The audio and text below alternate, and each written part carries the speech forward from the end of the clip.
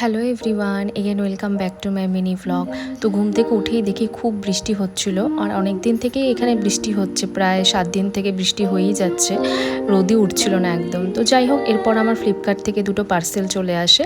আমি একটা muesli order করেছিলাম, তো আর একটা চিয়া সিড অর্ডার করেছিলাম। আর মিউসলিটা আমি অনেকদিন থেকে ইউটিউবে দেখছি অনেককে ট্রাই করতে, তো ভাবলাম আমিও এটা কিনে নিই, যেহেতু ওটস এগুলো খাওয়াই হয় আমাদের। তো এরপর এগুলো সব কিছু গুছিয়ে নিয়ে আমি ব্রেকফাস্টের জন্য রেডি করছি সব কিছু। আর আজকে আমি একটা নতুন ব্রেকফাস্ট ট্রাই করব।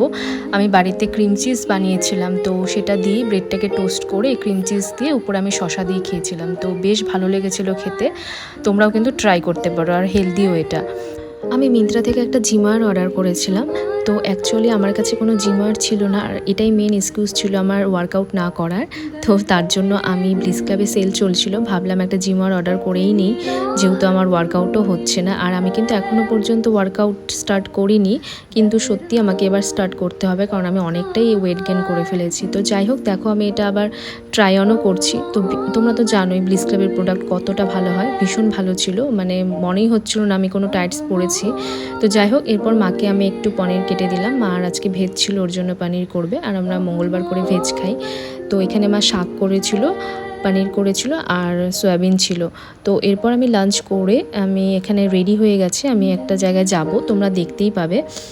তো আমি ফুল কমপ্লিট রেডি হয়ে গেছি। তো সকাল থেকে বৃষ্টি হলেও কিন্তু দুপুরের দিকে একটু রোদ উঠে আমি বেরিয়েও পড়লাম। আর সবসময়ের মতো আজকেও আমি কোনো টোটো পাইনি বাড়ির সামনে থেকে, কিন্তু অন্যান্য সময় কিন্তু সবসময় চলতেই থাকে টোটো। তো যাই হোক, কিছুটা হাঁটার পর আমি পেয়েও গেছি। তো আজকে আমি যাচ্ছি কিন্তু হেয়ার কাট করাতে। আমি অনেক দিন থেকেই ভাবছি হেয়ার কাট করাবো, কারণ আমার চুলটা ভীষণই বাজে হয়ে গেছিলো, আর ভীষণ পরিমাণে হেয়ার ফল হচ্ছে। তো আমি চলে এসেছি পার্লারে। তো আমি যেহেতু আমার হেয়ারটা খুবই ফ্ল্যাট, আমি দিদিকে বলেছিলাম যাতে একটু ভলিউম আসে, সেই হিসাবেই হেয়ার কাটটা করতে। তো দিদি কিন্তু এক্স্যাক্টলি আমাকে ওরকমই করে দিয়েছিল। আমার তো ভীষণ ভালো লেগেছে। আর তোমাদের কার কার আমার নিউ লুকটা ভালো লেগেছে অবশ্যই কমেন্ট করে জানিও। আর তোমাদের যাদের আলিপুরদুয়ারে বাড়ি, তারা কিন্তু দিদির পার্লারে ভিজিট করতেই পারো। তো আজকের ভ্লগটা আমি এখানেই এন্ড করছি, দেখা হচ্ছে নেক্সট কোনো ভ্লগে। So by.